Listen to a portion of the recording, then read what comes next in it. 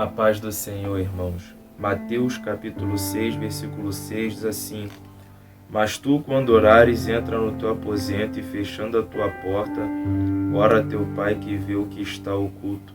E teu Pai que vê o que está oculto te recompensará. Hoje, nessa breve palavra, nós vamos falar sobre como orar corretamente. Mas antes de falarmos sobre como orar corretamente, é uma pergunta que surge. Que pergunta é essa? Por que orar? Por que devemos orar? Pois bem, nós devemos orar primeiro porque a oração, quando nós oramos, com sinceridade, integridade, movendo assim o coração de Deus, fazendo através do nosso quebrantamento. A Bíblia diz que um coração contrito e quebrantado o Senhor não rejeita. Então, mediante a sinceridade, a entrega, a verdade na oração, Deus ele se inclina para ouvir e atender os seus servos, as suas servas, aquele que lhe buscam em oração. Então, nós oramos. Por que orar? Por que devemos orar?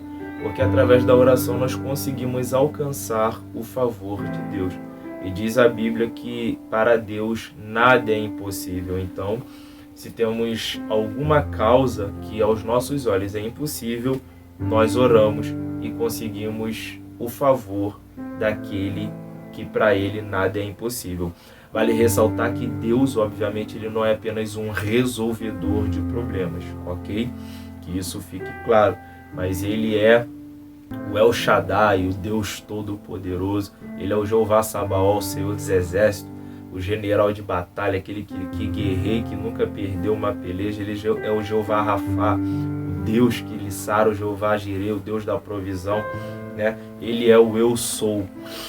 Então Deus ele não é apenas um resolvedor de problemas. Ele é o nosso Pai.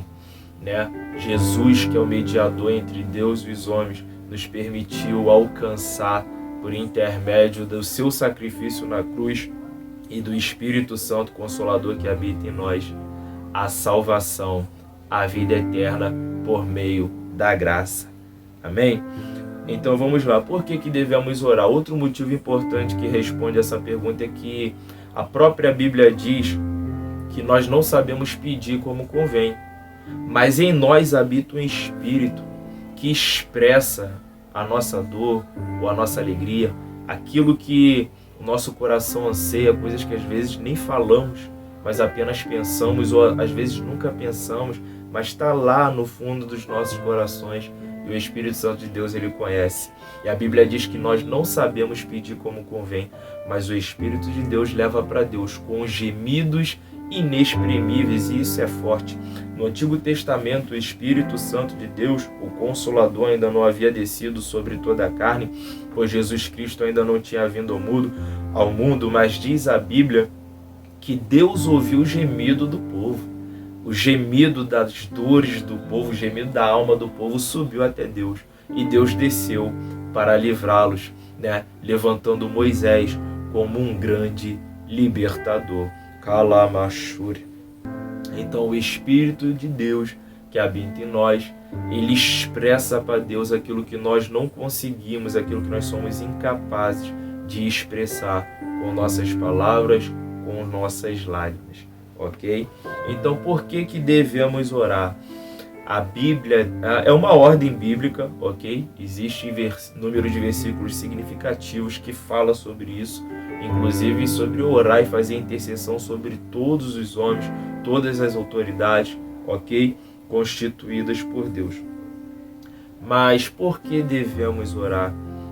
Colocando isso como uma pergunta, uma das ordenanças de Deus é: lança sobre ele todas as vossas ansiedades, porque ele tem cuidado de vós. Ou seja, as ansiedades e as inquietações dos nossos corações nós apresentamos a Deus por intermédio das nossas orações. Então nós devemos orar.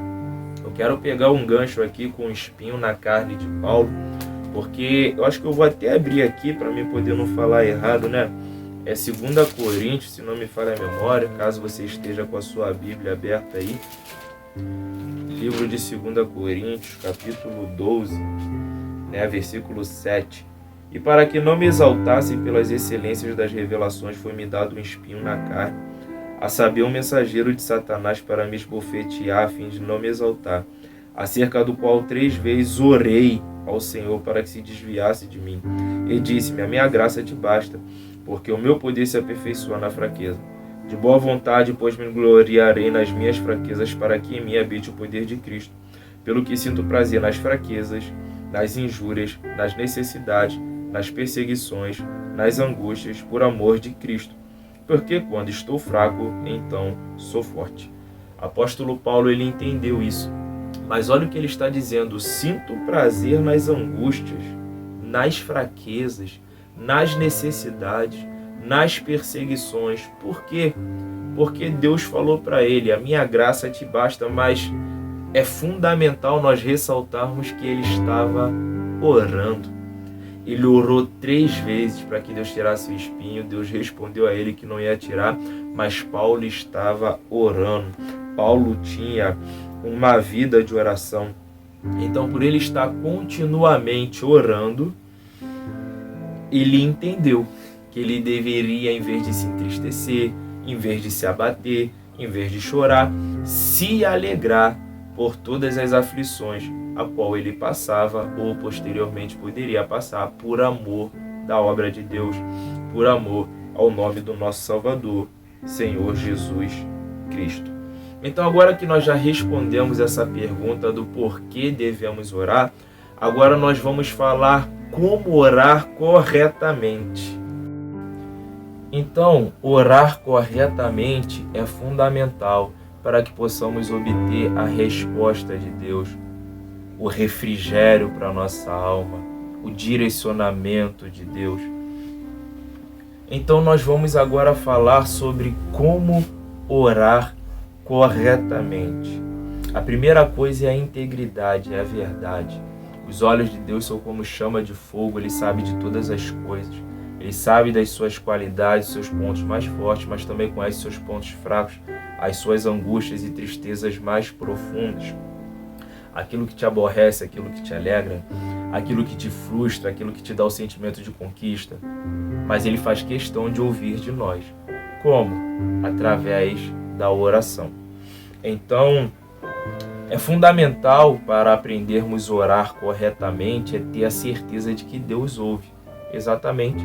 Ainda que Ele não te responda na mesma hora, ainda que Ele não lhe responda da maneira que você gostaria, você, quando for orar, a maneira correta de se orar, como orar corretamente, a maneira correta, um dos pontos fundamentais é ter a certeza de que você não está falando sozinho, que você não está falando sozinha, mas que quando você está orando, Deus, Ele está lhe ouvindo. E não só apenas lhe ouvindo, mas Ele está lhe compreendendo, Ele está lhe entendendo de uma forma a qual o ser humano nenhum é capaz de compreender.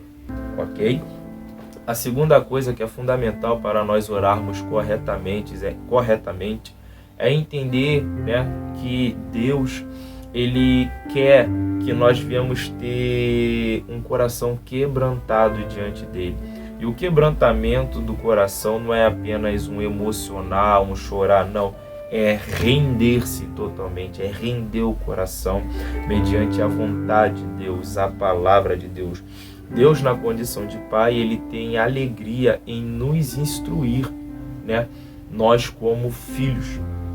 Então, como orar corretamente é aceitar essa paternidade de Deus, Ele é Pai e nós somos o quê? Nós somos filhos, E as instruções dele estão através da palavra. Ele nos instrui através da palavra. Ele nos aponta o caminho através da palavra. Então, é fundamental para nós orarmos e entender que o poder está no nome de Jesus. Exatamente isso. Eu não sei como é que está a tua vida, a tua história, o que você viveu até o dia de hoje, mas o sacrifício de Jesus na cruz te dá acesso ao Pai.